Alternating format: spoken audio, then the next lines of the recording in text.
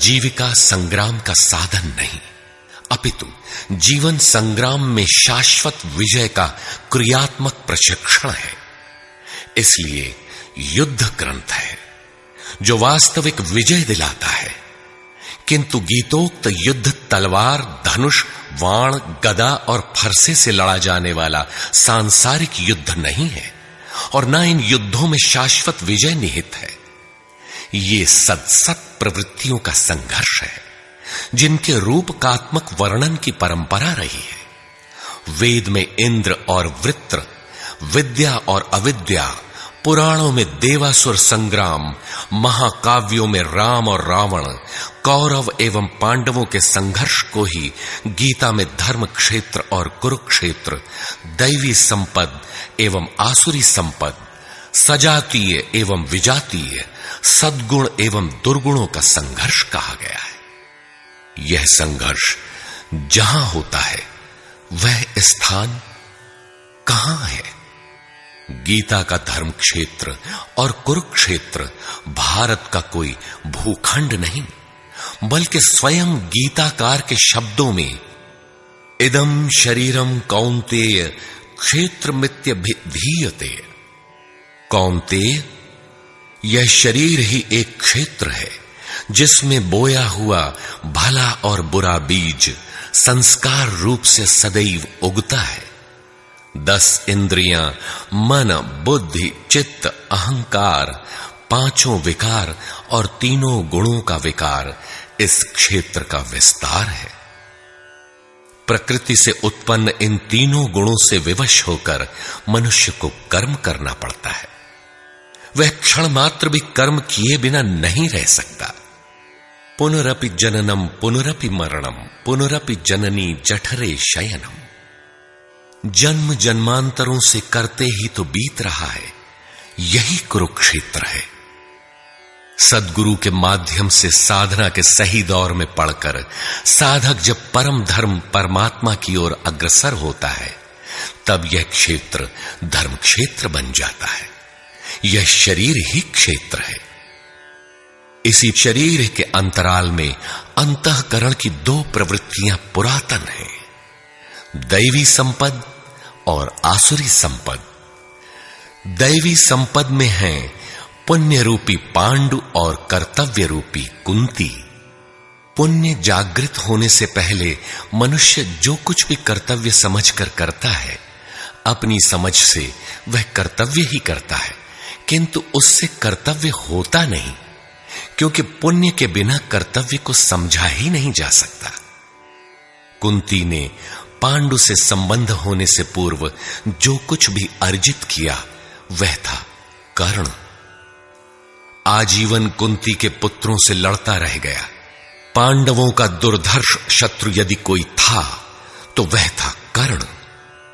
विजातीय कर्म ही कर्ण है जो बंधनकारी है, जिससे परंपरागत रूढ़ियों का चित्रण होता है। पूजा पद्धतियां पिंड नहीं छोड़ती।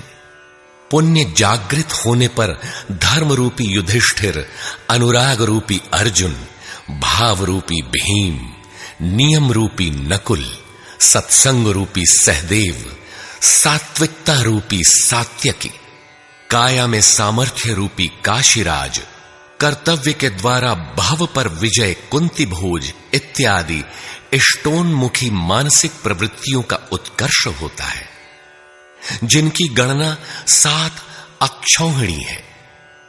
अक्ष दृष्टि को कहते हैं। सत्यमयी दृष्टिकोण से जिसका गठन है वह है दैवी संपद।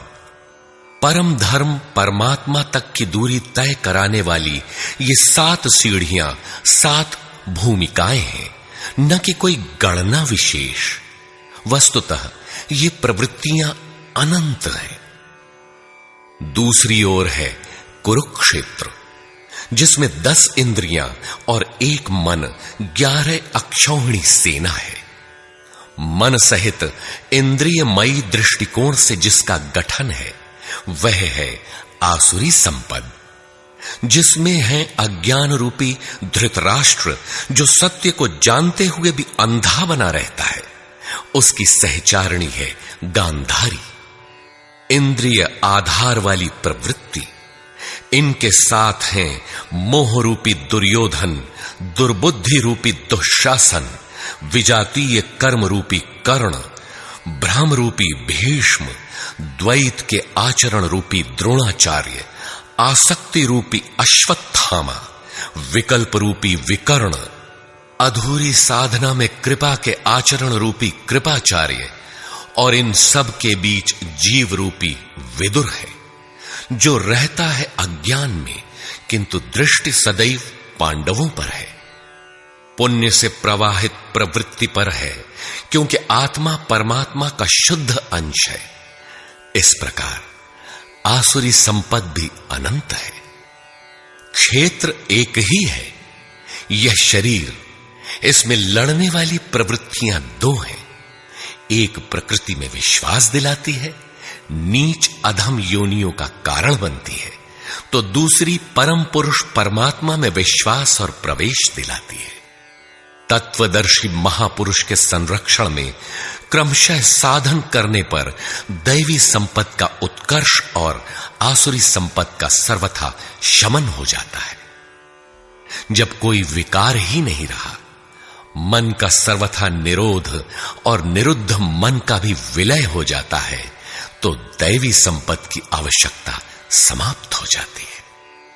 अर्जुन ने देखा कि कौरव पक्ष के अनंतर पांडव पक्ष के योद्धा भी योगेश्वर में समाहित हो रहे हैं। पूर्ति के साथ दैवी संपत्ति भी विलीन हो जाती है। अंतिम शाश्वत परिणाम निकल आता है। इसके पश्चात महापुरुष यदि कुछ करता है तो केवल अनुयायियों के मार्गदर्शन के लिए ही करता है।